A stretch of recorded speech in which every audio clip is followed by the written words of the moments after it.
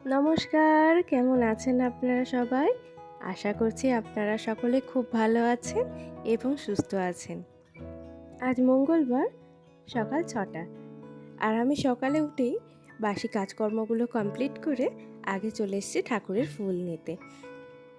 তারপরে ঠাকুরের বাসনপত্র আগে ধুয়ে নিয়ে ঠাকুরের ঘরটাকে পরিষ্কার করে মুছে নেব। ওদিকে বাসি ঘরগুলো আমার মোছা হয়ে গেছে, তাই একবারে জামা ছেড়ে ঠাকুর ঘরটাও মুছে নিচ্ছি। আসলে ঠাকুর ঘরটা বাসি থাকলে মোটেও ভালো লাগে না। তাতে ঘরটা পরে মোছা হয়, পরে মোছা হবে, কিন্তু ঠাকুর ঘরটা আগে পরিষ্কার করে মুছে নিতে হবে। তাহলে না মনটাও অনেক শান্ত থাকে। সকাল সকাল এই ঠাকুর পুজো করে যদি একটু ধ্যান জ্ঞানের মাধ্যমে দিনটা শুরু করতে পারি না, সারাদিন মনটা এতটাই ঠান্ডা থাকে, মানে একটুও চঞ্চল হয় না, সমস্ত কাজ ধীরে সুস্থে করতে পারি। ওদিকে আমি ঠাকুরঘর পরিষ্কার করে ঠাকুরের বাসন ধুয়ে রেখে চলে এসেছি রান্না করতে। সকাল সকাল রান্নাটা চাপাতে হবে, এদিকে মা আজ বাড়িতে নেই, তাই সকালে উঠে আগে এদিকে আমি ডালটা সেদ্ধ করতে দিয়ে দেব। তার জন্য ডালটা খুব ভালো করে ধুয়ে নেব। এই মুসুরির ডাল ভালো করে ধুতেও হয়, আবার এর যে ফেনাটা থাকে না, এটাও শুনেছি নাকি খাওয়া একদমই ভালো না, তাই দাঁড়িয়ে থেকে এর ফেনাটাকেও ফেলতে হয়। তাই ঠাকুরকে প্রণাম করে সকালে গ্যাসটা জ্বালিয়ে নিলাম আর এরপরে ডালটা সিদ্ধ বসিয়ে দিলাম। আজকে রাঁধবো পটল। এই পটলটা না বাদাম আর সর্ষে দিয়ে করব। পটল পোস্ত তো আমরা প্রায়ই খেয়ে থাকি, কিন্তু এই রেসিপিটা আজ আমি বানাচ্ছি। তার জন্য পটলগুলো গোটায় রাখতে হবে আর দুদিক দিয়ে না দু রকমভাবে চিড়ে দিতে হবে। আর তারপরে এই গোটা পটলটায় বেশ করে ভেজে নিতে হবে, যাতে পটলটা ভালো মতন সেদ্ধ হয়ে যায়। এদিকে পটলটা আমি ভাজতে বসিয়ে দিয়েছি, আর ওদিকে হাত একদম ফাঁকা না দিয়ে এদিকে পেঁয়াজটা কেটে নিই। এতে করে তাড়াতাড়ি আমার হয়েও যাবে। আর জানেন, এইটা না আর ইউজ করা হয় না। এই চাকতিটার মাঝখানটা ফুটো হয়ে গেছে, আর রুটি বেলতে গেলেই না ফুটো হয়ে যায়, তো আর ফোলে না, তাই এটাকে বাদ দিয়ে দিয়েছি।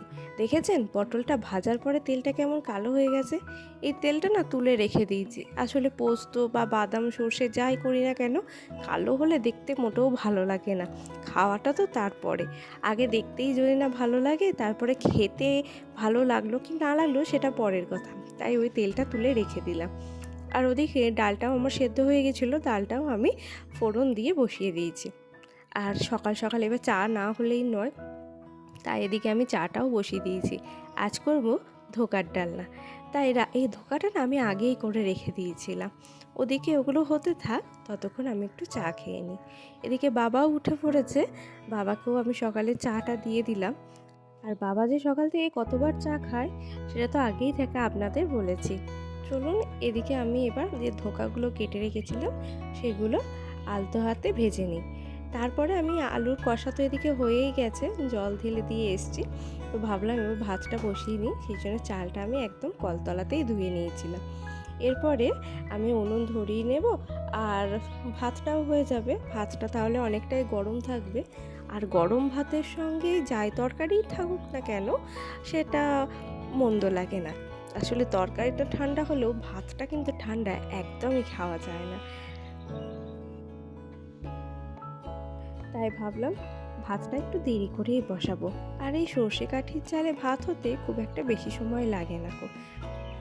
আর মাটির উনুনে ভাত হলে তার স্বাদটা কিন্তু হয় অনেক সুন্দর। আসলে গ্যাসে ভাত ফুটলে জলটাও কম দিতে হয়, যেহেতু গ্যাসটা বেশি পুড়বে বলে, কিন্তু এখানে এক হাঁড়ি জলে ভাতটা ফুটলে সেটা কিন্তু খুব সুন্দর খেতে হয়। তো ওদিকে আমি ভাতটা বসিয়ে দিয়ে আবার চলে এসেছি এদিকে। তো চলুন দেখায় আপনাদের কি কি রান্না করেছি। তো দেখতেই পেলেন পটল করেছি, আর মুসুরির ডাল, আর করেছি ধোকার ডালনা। আর আমার ভাতও কিন্তু এদিকে হয়ে গেছে। দেখেছেন কত তাড়াতাড়ি হয়ে গেছে? এটা হতে বড্ড জোর 20 থেকে 25 মিনিট মতন সময় লেগেছে। চলুন এবার বড় মাকে খেতে দিতে হবে। তো বড় মার জন্য এদিকে রুটি তরকারি আমি করে নিয়েছি আর বড় মাকে খেতেও দিয়ে দিয়েছি। এরপরে ডিমটা ভেজে নেব। এই ডিম ভাজাটা না গরম ছাড়া ঠান্ডা মোটেও ভালো লাগে না, আমি তো একদমই খেতে পারি না। তাই তাওয়াটাতে ভাবলাম রুটি করলাম আর আজকে তাওয়াতেই ডিমটা ভেজে নিই। দেখুন কি সুন্দর গোল হয়ে গেছে। তো এবার এটাকে হালকা করে ফোল্ড করে বেশ একটা চারচৌকো শেপ দিয়ে দেব। আসলে আমার কাছে না খেতে যেমনই হোক সেটা দেখতে যেন আগে সুন্দর হয়, তারপরে না তাটা সেটা খাওয়ার প্রতি একটা আগ্রহ আসবে। আর এই যে দুটো রুটি করছি লবঙ্গর জন্য। লবঙ্গ হলো একটা পুচকে ছোট্ট কিউট কুকুরছানা, যে সব সময় আমার পায়ে পায়ে ঘুরে বেড়ায়। আর ওর জন্য রুটি আমাকে করে রাখতেই হয়। জানি না কেন ও একদম ভাত খেতে চায় না, রুটিটা দিলে কিন্তু সুন্দর খেয়ে নেয়। এদিকে মাও এসে গেছে, আর মায়ের ভাইপো মানে সম্পর্কে আমার দেওর হয়, উনি মাকে দিতে এসেছেন। তাই ওনার জন্য সকালে ব্রেকফাস্টটা করছি। তো করেছি লুচি আর করেছি বিট গাজর আলু দিয়ে আলুর দম আর এই যে মিষ্টি।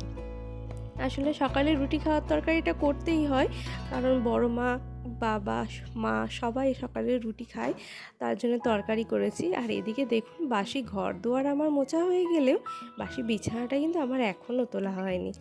আসলে তিনি এখনও ঘুমাচ্ছিলেন, সেই কারণে আমার আর বাসি বিছানা তোলা হয়নি। তাই ভাবলাম ঘরটার মুছে নিয়ে আগে বিছানাটা পরে তুলে নেব।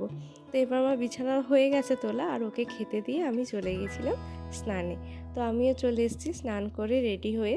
মা যেহেতু চলে এসছে, আর আজকে আর আমাকে পুজোটা এখন করতে হবে না, এমনিতেও আমার দেরি হয়ে গেছে। তো চলুন আমিও রেডি হয়ে নিই, আর তারপরে একটু খাওয়া দাওয়া করে বেরিয়ে পড়ব। তাহলে দুর্গা দুর্গা বলে আজকের ব্লগটা আমি এখানেই শেষ করছি। সবাই ভালো থাকবেন, সুস্থ থাকবেন, আর অবশ্যই কিন্তু আমাকে জানাবেন আমার ব্লগগুলো আপনাদের কেমন লাগছে।